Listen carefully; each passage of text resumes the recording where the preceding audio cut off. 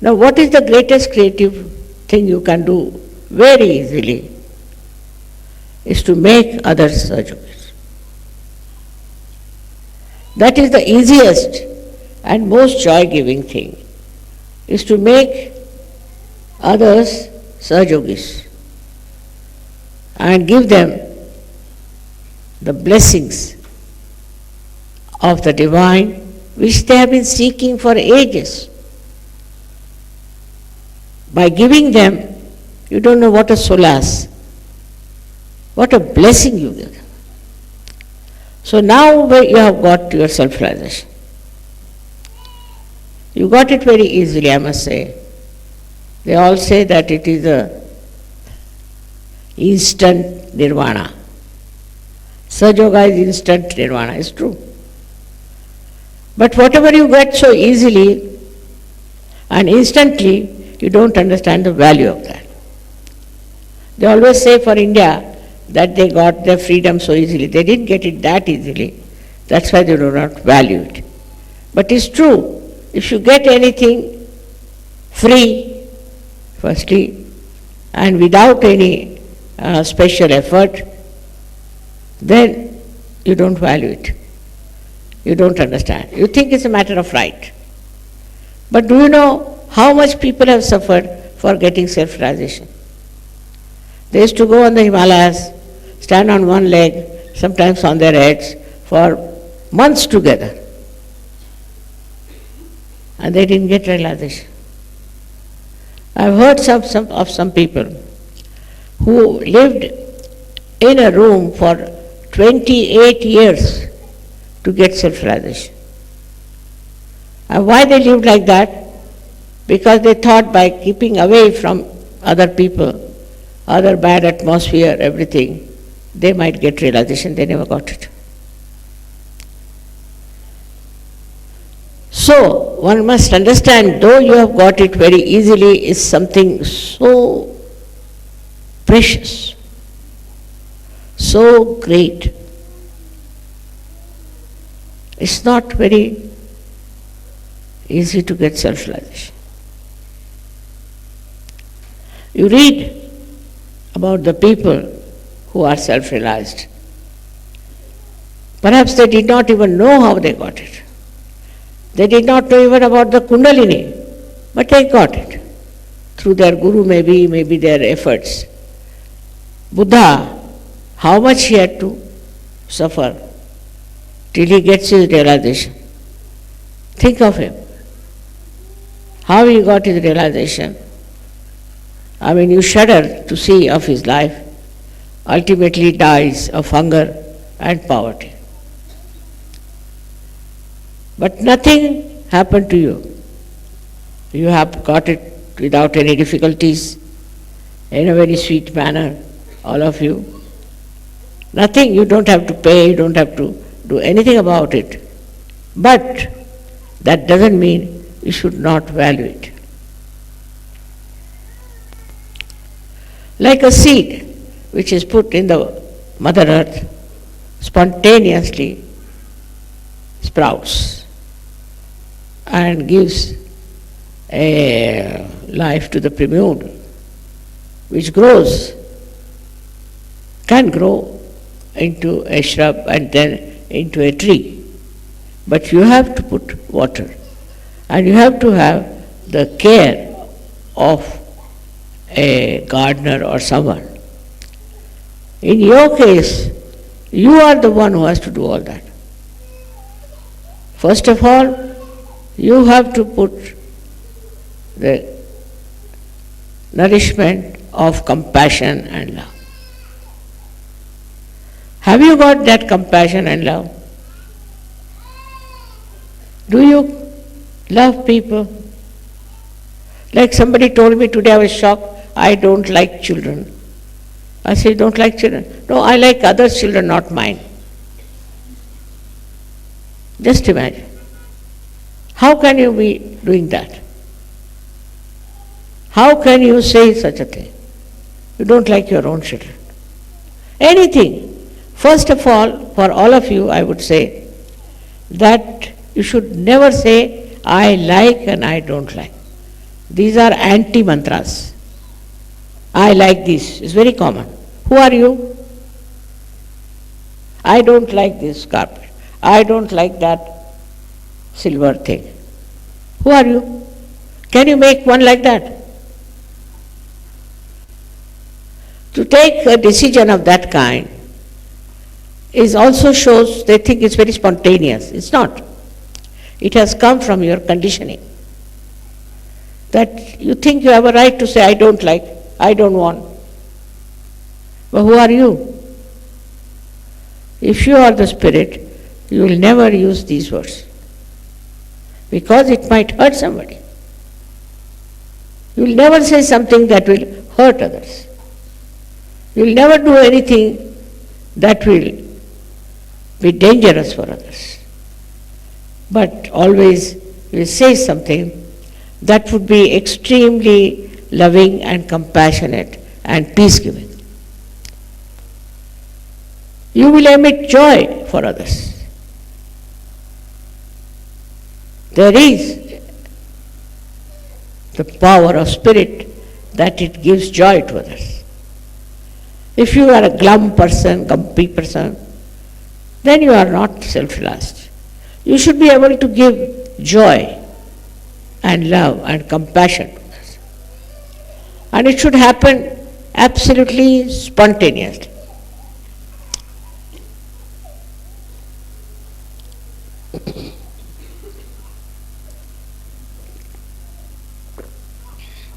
There's a story about a saint in India, in Maharashtra. So they all used to take water in a container called as kawar and would take it all the way to Gujarat to a temple of Sri Krishna. That was regarded as a great, I can say, surrendering to Sri Krishna. So that saint also carried water in that container, this sort of kawar. All the way he carried it from his village in Maharashtra.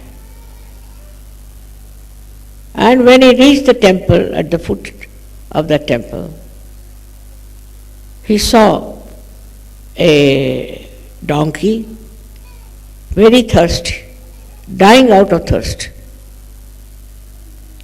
So he gave that water to that donkey. Everybody said, imagine you brought this water for miles together, for days together, to be put on the deity here, and now you have given it to this donkey. He said, you don't know. God has come all the way down here to take the water. See the attitude that he took. So for a self-realized person, the compassion should be like that, of very generous nature. If you are not generous, if you are miserly, always worried about your money and saving of it, then firstly, you are not a matured Sahaja. You are not. Apart from that, this kind of money will never give you any happiness. Miserliness is against spirit. Spirit is extremely generous. Extremely generous. It never tries to save something or cheat people or steal something. Is out of question. Because there is no greed left in it. There is no greed at all. And that is why such a person who is a realized soul cannot be greedy. Has to be extremely generous. I have seen many people like that who have been extremely generous and who have been very understanding about the problems of others. While a Sahaja will have his own problems, he is not a Sahaja at all. He is there to solve the problems of others and not to solve his own problems and go about talking about it. This is the problem I have. Now this is a new word that has developed in modern times. They never used to use the word problem before, I tell you. Only for geometry we use this word problem. But now it has started with there's no problem. They are all in a problem. Actually they are problems, I think. So what you have to do is to understand that you should not give your problems to others. You should not ask for anything. Please do this for me, please do that for me. It's very surprising that people try to sort of take advantage of others. Now some people like to visit some countries, so they will ask you, please call me, I would love to come to your country. And a generous Sahajogi will say, all right, come along. Now who is failing here is the person who asked. You shouldn't ask for anything whatsoever because you are complete. Not that only you are satisfied, but a complete, what can anybody give you? All desires just disappear when you are in complete shape. Like today I was coming, I saw lots of stars had come out. I said, as soon as the moon will come, they'll all disappear. In the same way, when you are complete, you do not expect anybody to do anything for you. On the contrary, you want to find out what you can do for others. You become the others in a way that whatever is the problem of others, you take upon your head. You jump into it. It's a very, very interesting growth that should come in you. It should happen to all of you because you have got your self-realization. You develop a kind of a personality which only lives for others, not for oneself. You'll be amazed. You can live anywhere. You can sleep anywhere. You can have food, you need not have food, whatever type of food you get, it's all right. Because you are so satisfied. On the contrary, you would like to cook for others, give them food, do whatever. Possible, you try to do as long as you can work it out, you do it. But there are people who have only their own problems. They are not Sahajogis. How can the spirit have problems?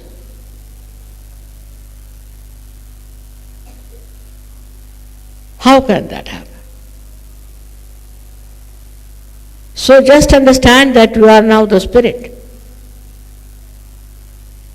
And beyond everything. So your creativity also goes to other dimensions. Of course, you start giving realization to people. You create art. You know Baba Mama. He was very bad at literature and when he didn't know any language, he was very good for mathematics because my mother was a mathematician. But language he did not. I used to write his essays. He was so bad. But after realization, he wrote such beautiful poems, unbelievable. Nobody can believe this Baba could do that because he didn't know any language well. I used to write his essays as I told you. So, amazingly, from where he started writing Urdu poetry, Marathi poetry, Hindi poetry, and one of my brothers asked him, how do you get this Urdu poetry? He said, Shri Mataji she tells me. Everything she says to say, Mataji tells me. So the creativity within you is just flowers. And you are amazed at yourself how this creativity has come in. Now imagine for a person who is a mathematician becoming suddenly a poet. I mean, it's impossible situation. And you have these capacities. You have all these capacities that you can become very creative. And you have to be creative. In every way. I am very creative, I must say. I am all the time working out something which comes out very well.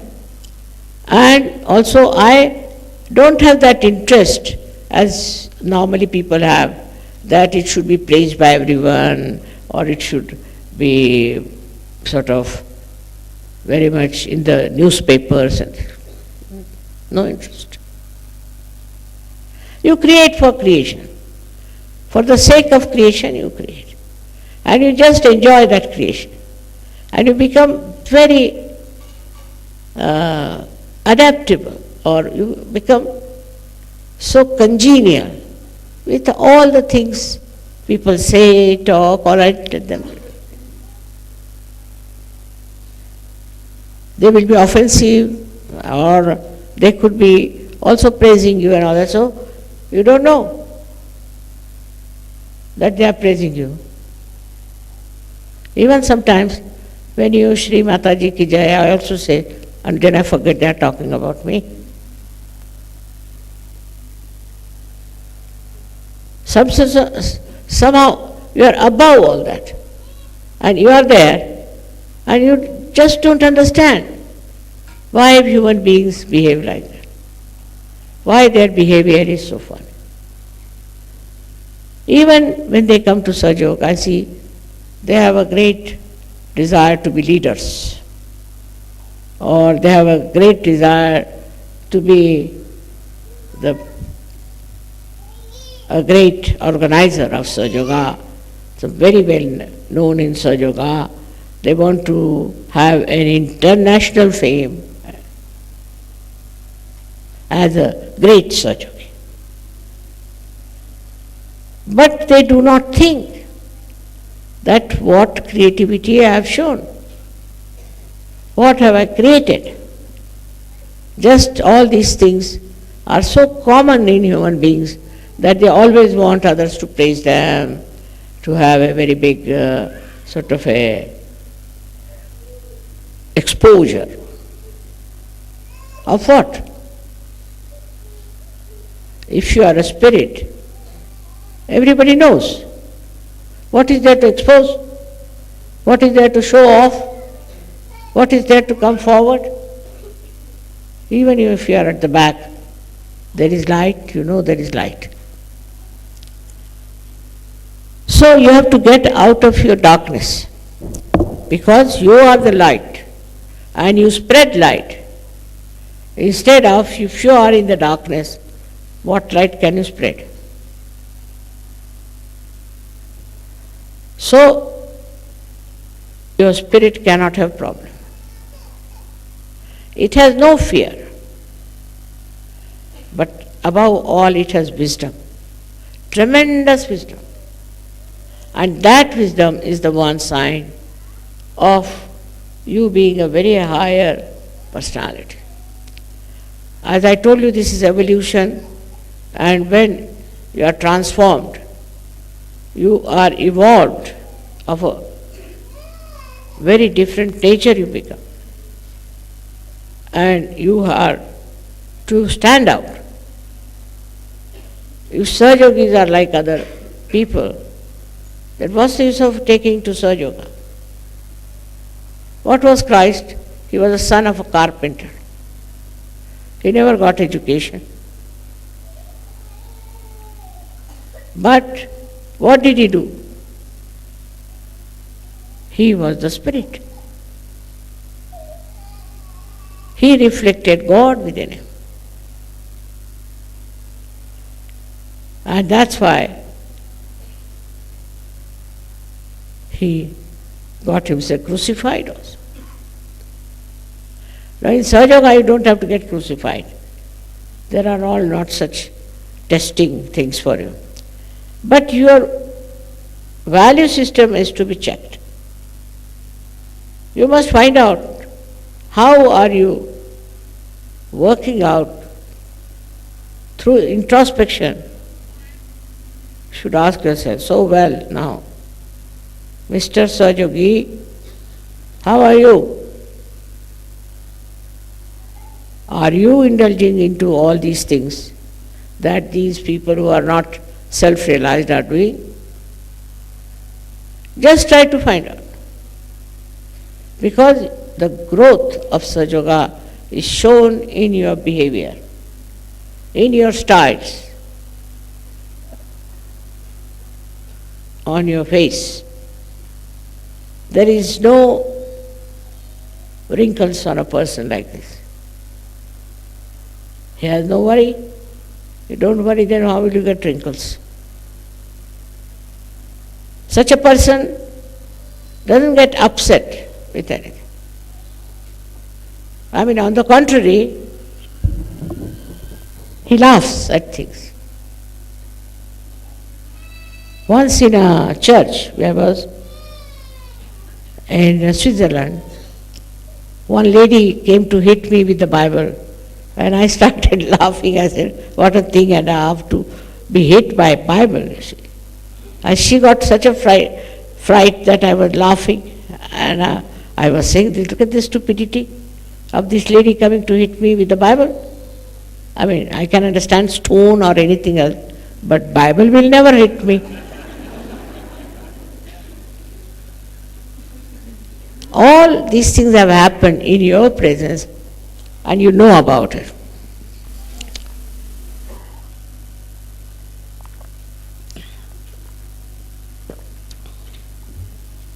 There are negative forces. They try to harm you. They will harm you bodily, they will harm you mentally, they might harm you emotionally. But when you are above this, then no one harms you. At least you never feel the harm. You are not bothered about the harm. But what have you created? Today I had some ladies and some men, and all for divorce. After getting married in Sahaja Yoga, they want to have divorces. Can you imagine? I was shocked. And they had funny ideas that my husband is like my brother. I said, really? All kinds of stupid ideas coming into their heads means there's no light of the Spirit in them. If you have light of the Spirit, then your understanding is very different. You don't worry about yourself, you only worry about others, and you try to find out solutions for them. You try to help them. It is very easy for you. What is so easy for the light to burn? Once it is enlightened, it is burning. It's difficult for it to go out of light. But for human beings, I can't understand, even after realization, after growing for years together, they are still so stupid that they don't realize the value of their self-realization. It is something, the Spirit, you cannot kill it. It cannot blow off. This light will go off, but the light of the Spirit won't go off. But what is the oil that keeps it there? Is your compassion, is love, care of others. I know there are people who are very, say, dominating, maybe troublesome, whatever, but care for them. Know that they are not like you, they are not complete, they have problems. So you care for them. But instead of that, you start thinking that why should I care for him? How does he care for me? Or something. Then you are finished. So this kind of a reflection, or I would say the reaction, is not that of a spirit. A spiritual person's reactions are very, very different. In the life of Sri Krishna, you can see that he had a friend who was very poor, and he wanted to meet Sri Krishna. And the wife of the friend gave him some rice krispies, as you call them. And that's take for your friend, you must take something for your friend. He was a little shy, And when he went to Sri Krishna was in his palace, and the people at the door said, no, you can't meet him. He said, all right, you just go and tell him that Sudama has come. She was sitting on the throne discussing something, and he said, Sudama has come. He rushed out. I went to the door and hugged him again and again. And he said, why are you standing here? He took him and put him on the throne that he was supposed to occupy. And he told his wives, please come and wash his feet. And then they brought for him clothes and all that. He had a bath. He made him sleep on his bed. See the love of Sri Krishna. He had very dirty feet, all were cracked. He tried to put on that some sort of a medicine by which it would be all right. He tried to do whatever was possible to him to cure those cracks. And he asked him to sleep on his bed and asked the ladies to fan him so that he doesn't feel hot. See the compassion of Sri Krishna is shown so beautifully. Are we that compassionate? There was no need for him to do that. It was no drama, nothing. But his heart, he took a spontaneous decision. When he heard Sudama is there, he just rushed there. He just felt so happy that my old friend has come.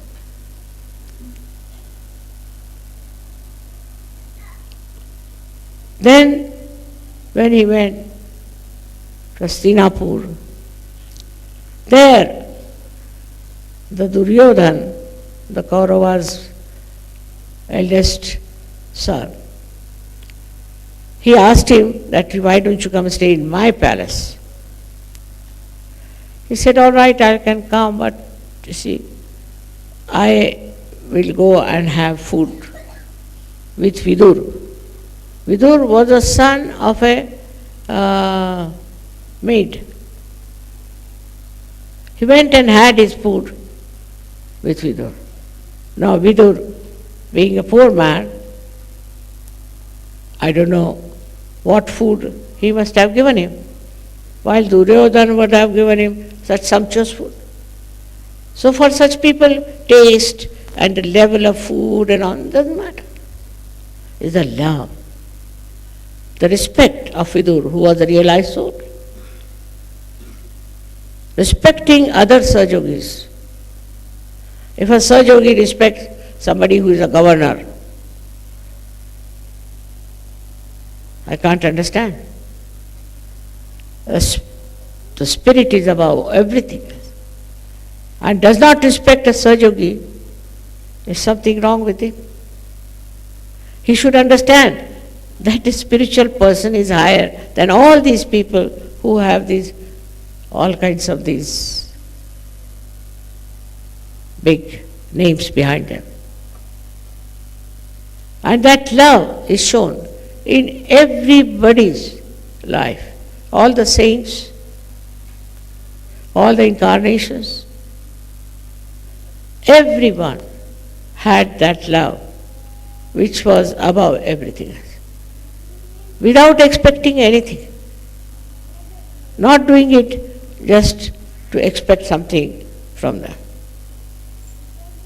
It is a kind of a personality which really reflects God's love.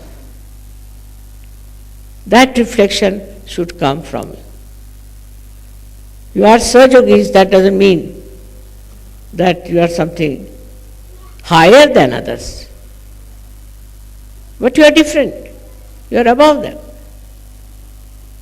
You have no superiority, that's why you are different. You are so humble, that's why you are different. You are so joyous, you are so peaceful, that's why you are humble. There are so many things I can tell you from the life of Sri Krishna, showing he was, they call him Yogeshwara. He was the Lord of Yoga. It is because he was Virat, but he showed it, his form, only to Arjuna, to nobody else. Because nobody was like Arjuna. Arjuna also got a fright when he saw that. So he lived like Sri Krishna, like a cowboy. He was living in Gokul. And he never showed off his powers. His powers were within himself, which were expressing spontaneously. This power has wisdom and discretion, complete discretion. If it does not have, then this is not divine power, this is some satanic power.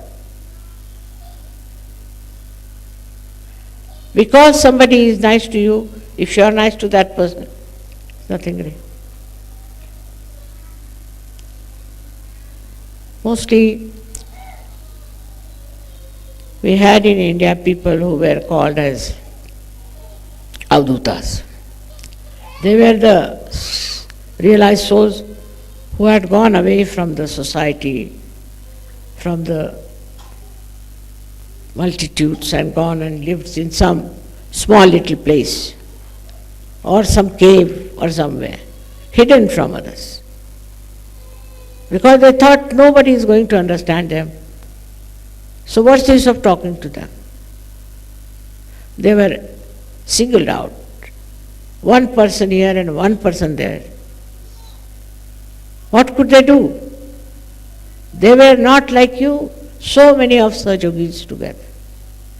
You have so many friends and you have so many others with you. They were lonely people and they hid themselves from the society. They would not meet people. Because if they tried anything, they would be crucified. But not you people. Because you have a society. You have a beautiful, enlightened society of very good friends, of very good spiritual people. With all this, if you cannot create, then what should I say? You have to create something. Maybe art, maybe music, maybe poetry, maybe literature, maybe writing. Whatever it is, you have to create. And above all, you have to create Sahajogis. That's the main creation you have to achieve. That's the main thing you have to have, is creating Sahajogis all over. I'm there, I can go to places, can have programs, do everything. But you have to show with your own example that this is something great, how they have achieved this state. We should achieve also that state. So you will be the ones who will really inspire them, who will really make them follow you and take to a life of a Sahajogi. Actually, you are Mahayogis if you become is complete. And you have to become. Nothing is more important than becoming a Mahayogi, by which your spirit gives joy, peace, and blessings to everyone. May God bless you.